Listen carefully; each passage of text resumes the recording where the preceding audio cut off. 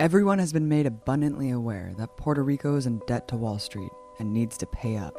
What's left out of its debt story is that Puerto Rico has been colonial property longer than any nation in the world. And for over a century, their economic path has been mandated by the very same government now demanding they pay for the problems they caused. It doesn't see many perks of being in the clutches of the beast. Unemployment and poverty rates in Puerto Rico are double that of the poorest states in the US. And there isn't much they can do about it, with no real political representation. The recent debate over the bailout package known as Promesa is one illustration. Yes, the territorial clause of the Constitution of the United States says that they are territory and that therefore they are property of the United States of America. The Jones Act imposed on the people of Puerto Rico the most expensive merchant marines in the world. Imposed on the people, cost $500 million a year. Why don't we lift that from them? I mean, we believe in democracy. We believe they should be free. Why don't we lift that from them? You are imposing a junta, because that's what they're calling it. There will be no difference between this junta and the junta of Pinochet in Chile, as far as the international community is concerned. To find out more about Puerto Rico's crisis, I sat down with Professor Luis Barrios, former chair of Latin American Studies at John Jay College. A recent YouGov poll showed that a majority of Americans actually think that Puerto Ricans are Puerto Rican citizens, not American citizens. Luis, can you first describe the legal status of Puerto Rico? What autonomy does it have, and what sort of political representation does it have? Well, first, I'm not surprised of that statement. You don't want to know how many places I go asking for my immigration card.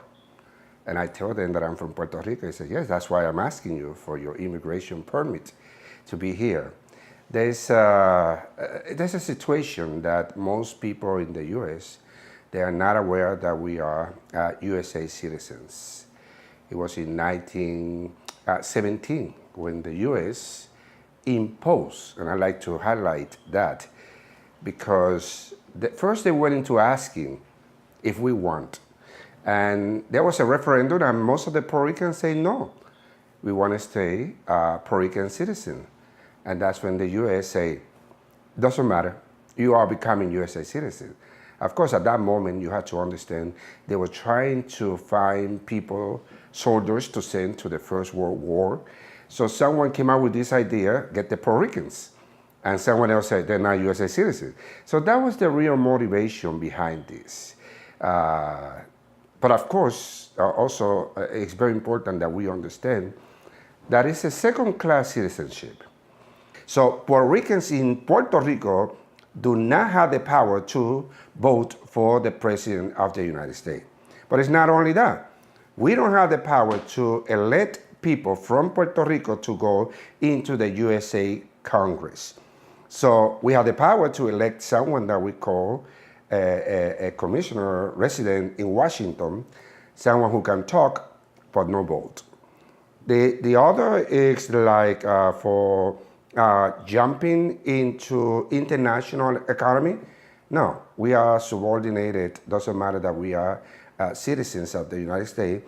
The U.S. make all the decision with whom, how, and how much. What is the Commonwealth? In 1952, it was established as that after decades of suppressing national liberation movements. What does that do? First, the big motivation behind the so-called Commonwealth, that we're still trying to find a definition, at least in Spanish, it's a Estado Libre Asociado. And if you go into translation to that, it's supposed to be a state, it's supposed to be associated, it's supposed to be free. And we know that it's not a state, it's not free, and it's not associated. So we have no idea what is the real meaning of the so-called Commonwealth of Puerto Rico. They like to say that it was Luis Muñoz Marín who came up with this brilliant idea. No, it was the USA Congress, people there who want to legalize everything that they do in this country. It's always legal. Doesn't matter that it's slavery. Doesn't matter that they're going to execute you. Whatever they're going to do has to be legal. So the United Nations was giving the U.S. a hard time with this issue that you have a country there that is a colony.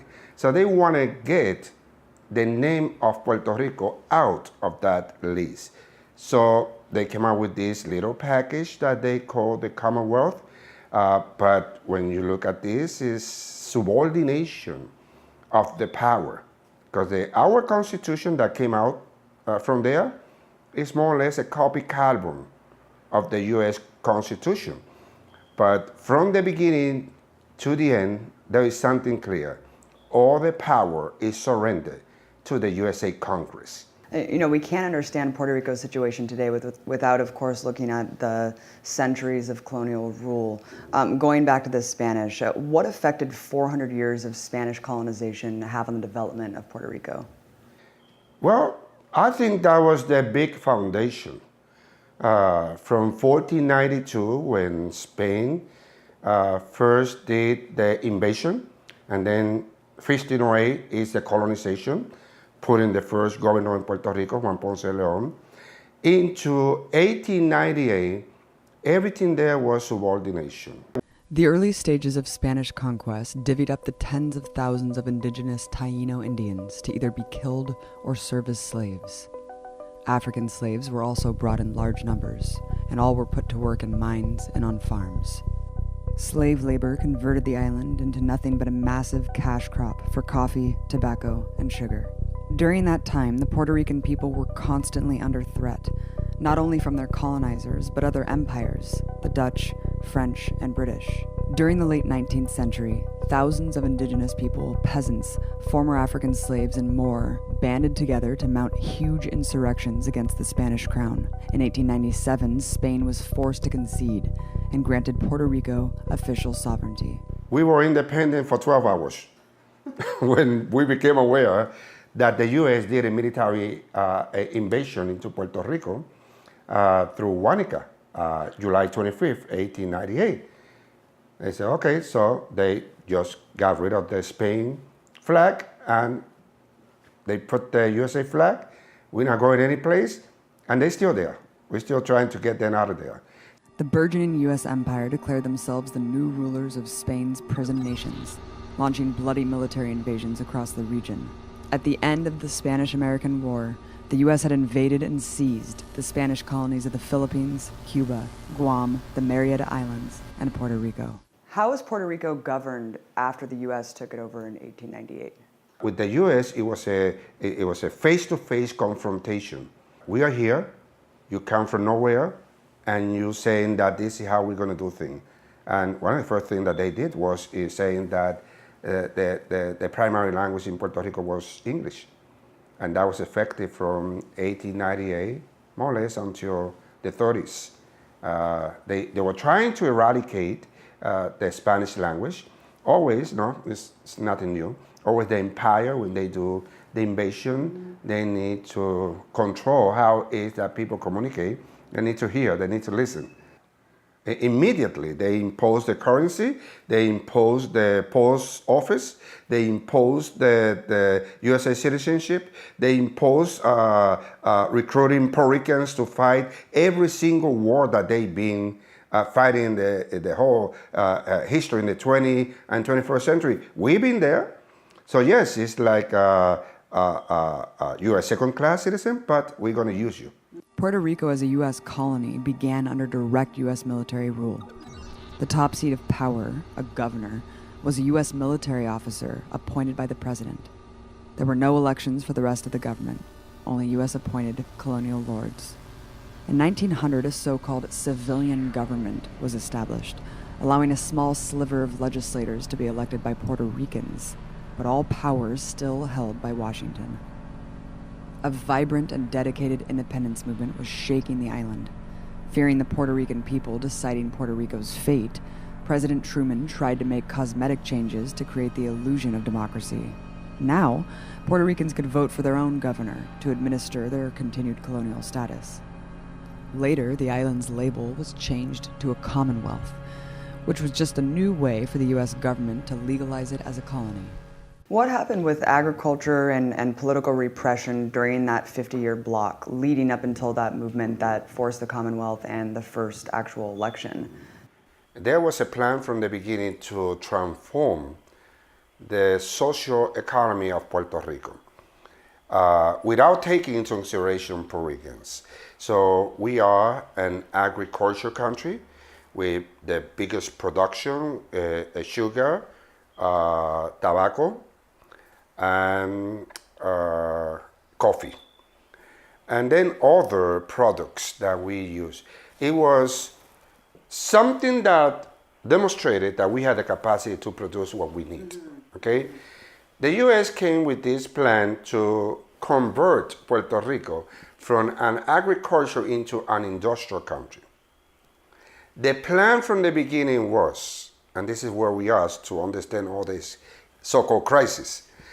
The plan from the beginning was, we need to move Puerto Rico into producing what they don't need and buying what they need. When the first civilian governor of Puerto Rico, Charles Herbert Allen, was appointed in 1901, he had plans to expand Puerto Rico's sugar slave economy. Allen used his short term as governor to appoint dozens of political operatives that would later grant him easy access for exploitation. He soon became the president of the largest sugar refinery in the world, the American Sugar Refining Company. As author Nelson Dennis notes, by 1930, Allen and U.S. banking interests had converted 45% of all arable land in Puerto Rico into sugar plantations. These bank syndicates also owned the postal system, the entire coastal railroad, and the international seaport of San Juan.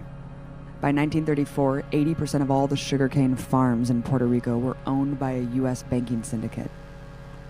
Allen and the American Sugar Refining Company set the template for all of them. With a rising industrial economy, U.S. business wanted to make more money out of its colonial project. So the government implemented a series of tax incentives to attract private capital into Puerto Rico, called Operation Bootstrap. Plantations became refineries and factories, causing devastating consequences to the social fabric of the island, and causing a mass exodus of farm workers to the U.S. Those who stayed were subjected to a horrifying racist program. Between 1936 and 1968, the U.S. waged a eugenics campaign to sterilize as many Puerto Rican women as possible. During that time, a shocking 1/3 of all women living in Puerto Rico had their ability to have a child taken away. First, they went into testing in Puerto Rico for more than 20 years, birth control pills. When it was ready, they brought that here. But a lot of women died in Puerto Rico during that type of experiment. And then they went without telling Puerto Rican women that they were going to be sterilized. They started doing that to stop the Puerto Rican population. There was a complete displacement through Fomento Cooperativo to get Puerto Ricans out. And they started sending people here, agriculture here.